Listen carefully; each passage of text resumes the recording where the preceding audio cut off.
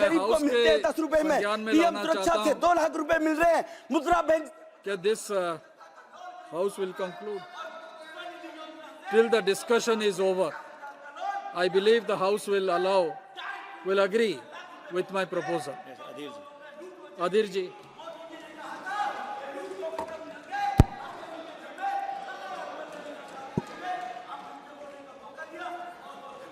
धन्यवाद, धन्यवाद।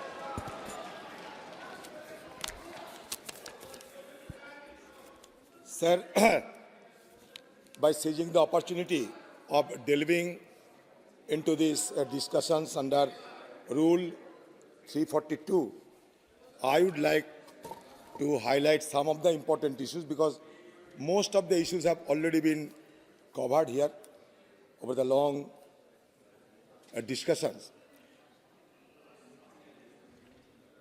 Sir, I feel very sad and depressed of observing the attitude of this ruling dispensation. See, the intent and purpose of bringing this kind of white paper simply not convincing.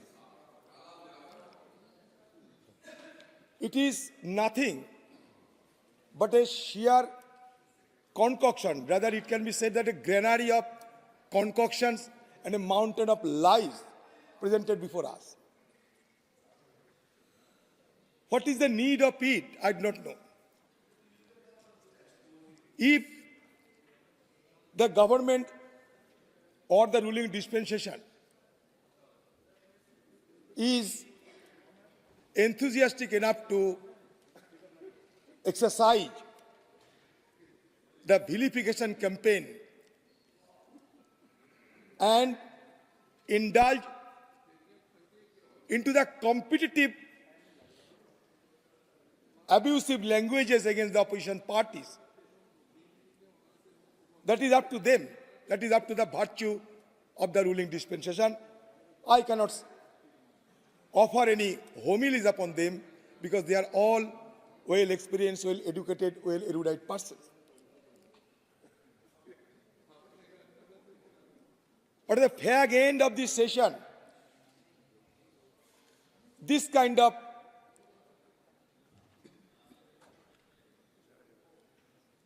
white paper, only with an objective to tarnish the 10 years of UPA government, does not cut much ice. It is nothing but an electoral manifesto with an objective of scoring electoral brownie point that has prompted you to bring this kind of white paper. Sir, Rome was not built in a day. We must keep in mind. आप या हम जो भी हो यहाँ कभी माँ के गर्भ में धारण किए थे, अपना अपना माँ ने पाला पोसा बड़ा किया, यहाँ पहुंचे।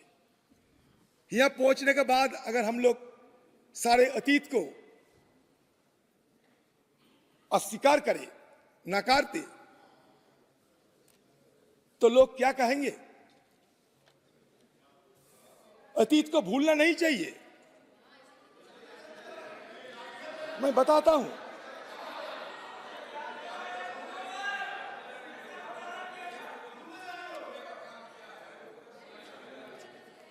आपने जरूर कुछ कमाया होंगे, लेकिन आपने जो कुछ कमाया उसमें घमंड ना कर, क्योंकि ये जो शतरंज की पारी है ना, शतरंज की पारी खत्म होने के बाद राजा और मोहरे दोनों को डिब्बे में रख दिए जाते हैं। इसलिए हम लोग घमंडी नहीं करते, आप घमंडिया बन चुके हैं। अच्छा, हर बात में फैमिली, परिवार, नेहरू, ये सबको गाली देने में क्या फायदा है हमें, बताइए तो। वो लोग नहीं है अभी इस दुनिया में, वो लोग नहीं है दुनिया में। ये परिवार को दिन रात गाली दे जाते हैं। ये सदन की, लोकसभा में, राज्यसभा में, हर जगह में गाली गाली गाली। क्या इसको क्या हमारा मकसद क्या रहे? अब आप I simply we need to have an introspection into। अब बुरा ना माने मेरे बात पे, हम कौन सा परंपरा को अपनाते हैं, कौन सा शिष्टाचार को अपनाते हैं, ये मैं सोच रहा हूं आपसे, ये मैं साझा करना चाहते हैं। अच्छा मान लीजिए तो इंदिरा गांधी शहीद होने की 2 दिन पहले उन्होंने ऐलान की थी, even I died in the service of the nation, I would be proud of it. Because I am sure that every drop of my blood will contribute to the growth of the nation and to make it strong and dynamic. क्या गलत है? बताइए तो। मौत होने की 2 दिन पहले ये कहते हैं बांग्लादेश बनाई, छाती पे गोली ली, शहादत ली। कौन सा पैसा कमाई उन्होंने? कितने करोड़ की मालिक थी? कितने पैसा कमाए बताओ आप लोग। सरकार में है 10 साल, अटल बिहारी जी की सरकार में 6 साल। कभी बता सकते कि आप लोग कि इतना पैसा कमाई इंदिरा गांधी ने? बताइए।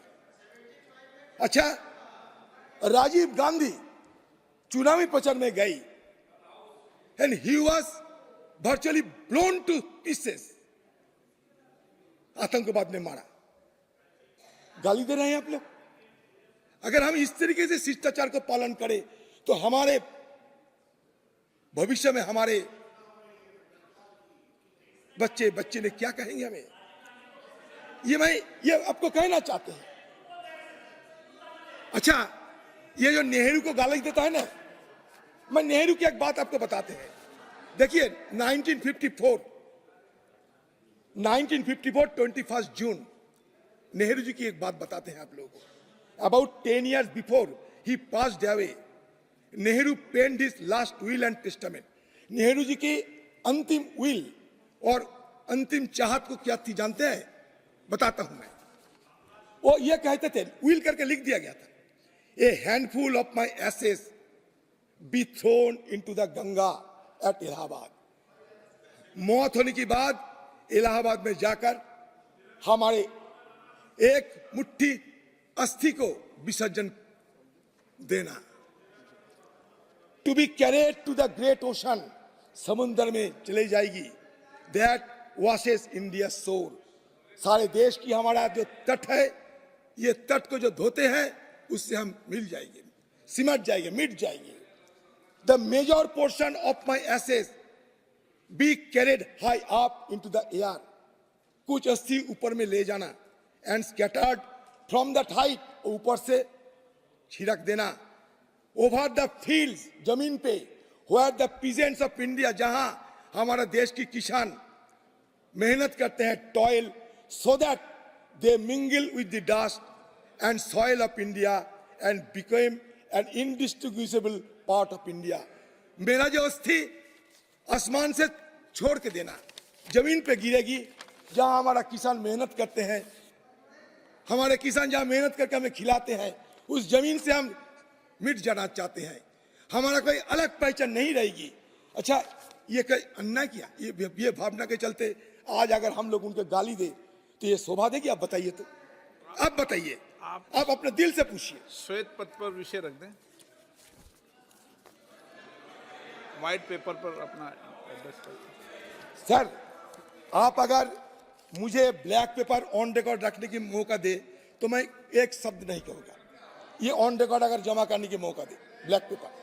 आप तो बोल, अच्छा जी, बोलना तो बोल, 2-4 मिनट बोलने दीजिए सर जी। मैं इसलिए कहता हूं, देखिए हम आज ये जगह आके पहुंचे, ऐसा नहीं। आजादी की जंग लड़ने पड़ी, लाखों की तादाद में लोगों को जेल जानी पड़ी, शहादत लेने पड़ी, तब नहीं आप आजादी मिली, तब नहीं आप पहुंचे। आजादी की पहले हमारा वोट देने के अधिकार नहीं थे। अगर वोट देने का अधिकार हमें नहीं मिलते तो आपका नेता हमारे देश की प्रधानमंत्री नहीं बन पाते और हमको यह नुमाइंदे बन के भी नहीं आ पाते, तो उसको भी तो सराहना करना चाहिए था, है कि नहीं? बताइए। हम तो गद्दार नहीं होना चाहिए। हमें कोई हमारे लिए कुछ किया और उनसे हम गद्दारी कर उनको ना माने, तो नहीं करना चाहिए। अच्छा सुन लीजिए, अच्छा 1947 में, हाँ ये सही है कि आजादी की जंग में आपका कोई ऐसा व्यक्ति नहीं है जिन्होंने शहीद हुई थी, जिनको हम नेशनल आइकॉन मानते हैं। तो आप लोग क्या करते हैं? Politics of appropriation, politics of co-option, politics of narcissism, ये आपका तरीका है। अच्छा 1947-48 साल में हमारा देश में पर कैपिटा इनकम क्या थी जानते हैं? 247 रुपीज। मान के चलिए धीरे धीरे 2011-12 साल जब आके पहुंचा तो पर कैपिटा इनकम बढ़ते बढ़ते आ गया 64,361 रुपया।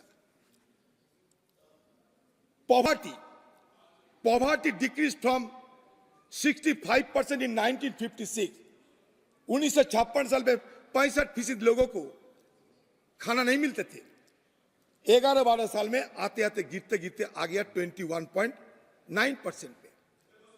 लाइफ एक्सपेक्टेंसी, आयु हमारा जब आजाद हुई थी, हमारा आयु थी 32 साल और 2011 साल में आयु बढ़ते बढ़ते बढ़ते बढ़ते आ गया 67 साल, 67 ईयर्स।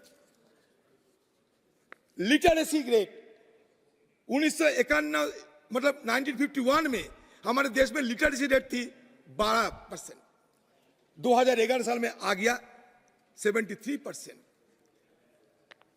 तो ये तो हम ये अगर कहें कि 2011 साल में 73% थे, आपको फर्ज है इसको और बढ़ाना। आगे जो सरकार आएगी उसका भी फर्ज होगी उसके और आगे बढ़ाना। कभी हम रेडियो देखते थे, अब इंटरनेट देखते हैं, अभी इंटरनेट देखते हैं, कभी एआई की छत चलेंगे, रोबोटिक्स चलते हैं। अभी आज हम समय घंटा दिन रात में हम विभाजन करते हैं, ऐसा समय आ सकते कि डिजिटली ये विभाजन होगी, ये दिन भी नहीं रहेगी, रात भी नहीं रहेगी, घंटे भी नहीं रह सकते। तो बदलना ये तो दुनिया के नियम होते हैं। तो इसके लिए हमारे प्रीडिसेसर को गाली देना नहीं चाहिए। अगर मान लीजिए कल या 10 साल बाद आपको सत्ता में नहीं रहे, आप उस समय अगर सत्ता से जाने के बाद अगर हमारी तरफ से अगर और कोई दूसरे पार्टी सत्ता पे आए, उसकी तरफ से अगर एनडीए सरकार अटल बिहारी वाजपेयी मोदी जी के खिलाफ गाली गलौज करते रहे, आपको अच्छा लगेगी? हम नहीं चाहते कि ऐसा हो। देखिए कभी हम लोग अटल बिहारी वाजपेयी के खिलाफ कुछ नहीं बोलते। ये कोई ना कोई, मान लीजिए आपका पिताजी जो काम किए हैं, अब बड़ा बेटा होने की नाते आपको और ज्यादा काम करने पड़ेगा, आपके बेटा और आगे जाएगी। ये तो नियम है, ये नियमों की परंपरा हमें मानना पड़ेगा। देखिए अग्रवाल साहब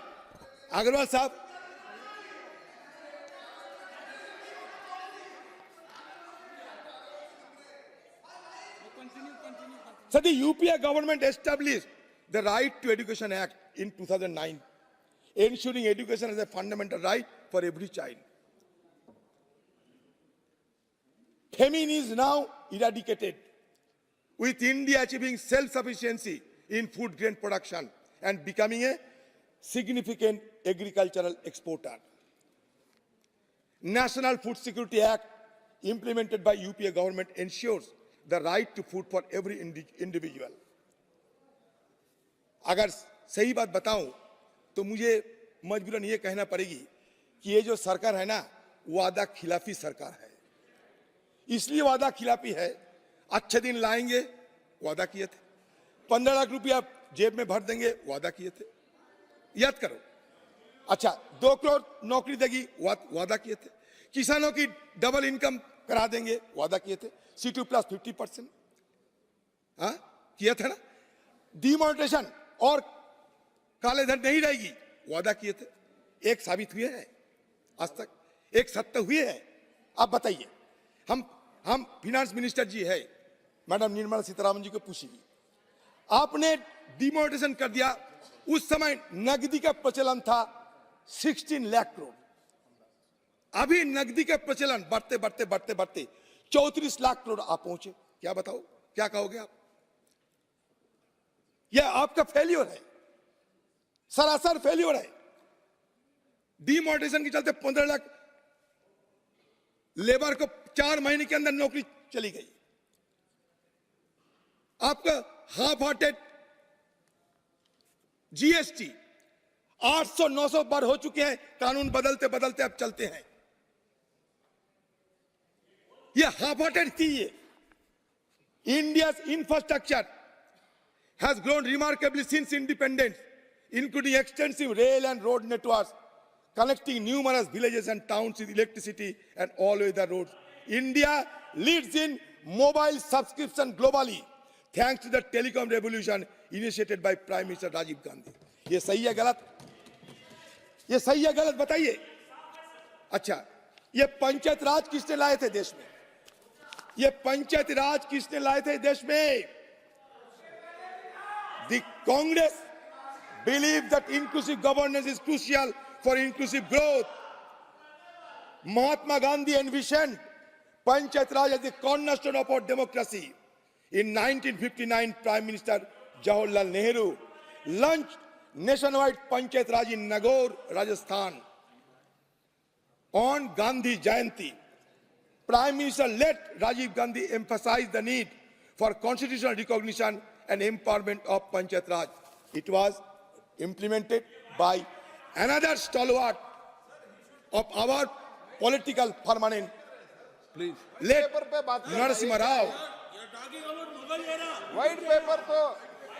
वाइट पेपर 2004 से 2014 में जो आपने कारनामा Through the किया है, 73rd and 74th constitutional amendment, ऐसे तो कांग्रेस का we समय now have समाप्त हो nearly गया है। 32 lakh grassroots elected representatives, including around 14 lakh women, making India the world's most representative democracy. ये IIT, IIM, ये कौन सा किसका सोच थी बताइए?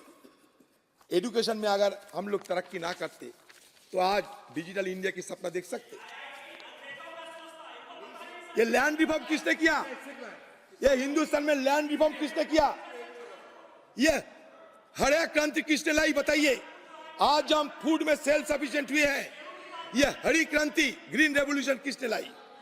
कांग्रेस की जमाने में और स्वामीनाथन की योगदान, ये हरा क्रांति सफल किया। ये कोई अस्वीकार कर सकता? कंक्लूड करें सर, क्या कंक्लूड करें सर? मैडम सीतारामन जी तो इतने सारे भाषण दे चुके हैं। मैं सिर्फ सीतारामन जी से कहना चाहते कि आपने बहुत सारे स्कैम की बात किए हैं। मैं सर 2-4 मुद्दा उठाऊंगा इसमें, क्योंकि निर्मला सीतारामन जी, ये सीतारामन जी, ये कोल इंपोर्ट स्कैम की बात आप करते थे ना। एक तरफ आप कहते हैं कि हमारे कोल मिनिस्ट्री में इतने सारे काम होते हैं कि इतना हमारा प्रोडक्शन बढ़ चुके हैं, और उल्टी तरफ कोल इंपोर्ट करना पड़ते हैं। किसके लिए कोल इंपोर्ट करना पड़ता है? इसमें एक घोटाला है, इसको कहते हैं कि coal import scam. The coal import scandal stemming from December 2021 on Carmichael coal mine in Australia. Despite its global environmental notoriety, the project secured significant loans, including from the State Bank of India. Okay The Modi government instructed public sector entities okay like NTPC, ये विषय आ BBC गया to procure coal, purportedly contributing to a power shortage of April 2022. Sir मैं और एक घोटाले की बात करते हैं, सीतारामन जी जवाब देगी। उसका नाम है विजय माल्या लोन डिफॉल्ट। 10,000 करोड़ 10,000 को लूट के 2016 में ये भागे।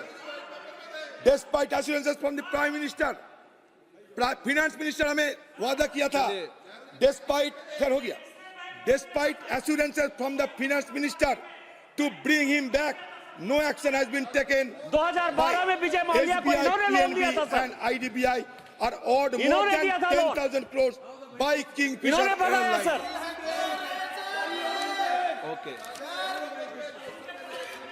ओके कंक्लूड करें माननीय सर कंक्लूड सर बिल्कुल बिल्कुल खत्म की कागर पे है सर। अच्छा दूसरे बात सर सर और 5 मिनट सर। अच्छा विजय माल्या के बाद आ गया Nirav Modi, Mehul Choksi and PNB scam. अच्छा इसके बाद आ गया Jatin Mehta and Winsome diamond scam.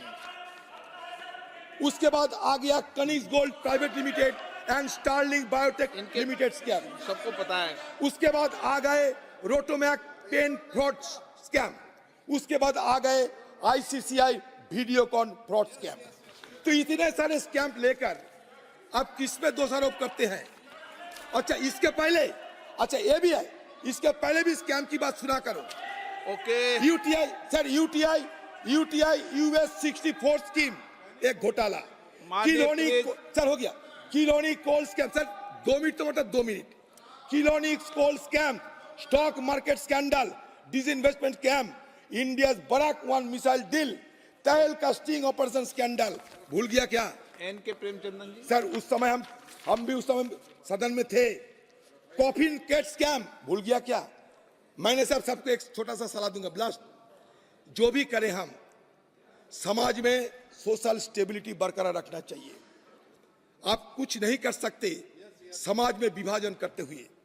20 crore मुसलमानों को आप धकेलते हुए, समाज से निकालते हुए देश की तरक्की नहीं कर पाओगे। मैं इसलिए कहता हूं कि social stability, social cohesion, social peace, these are the fundamental condition for the growth of an economy। मैं एक छोटी सी बात कहना चाहते हैं, मंदिर में दाना चुगकर चिड़िया मस्जिद में पानी पीती है। कोई कहता है कि राधा की चुनरी बेगम सलमा ने सीती है। मैंने सुना है रफी साहब महफिल में रघुपति राघव गाता था। मैंने सुना है पंडित प्रेमचंद ईदगाह बच्चों को सुनाता था। ये देश को अब बनाता है। नमस्कार। एन के प्रेमचंदन जी।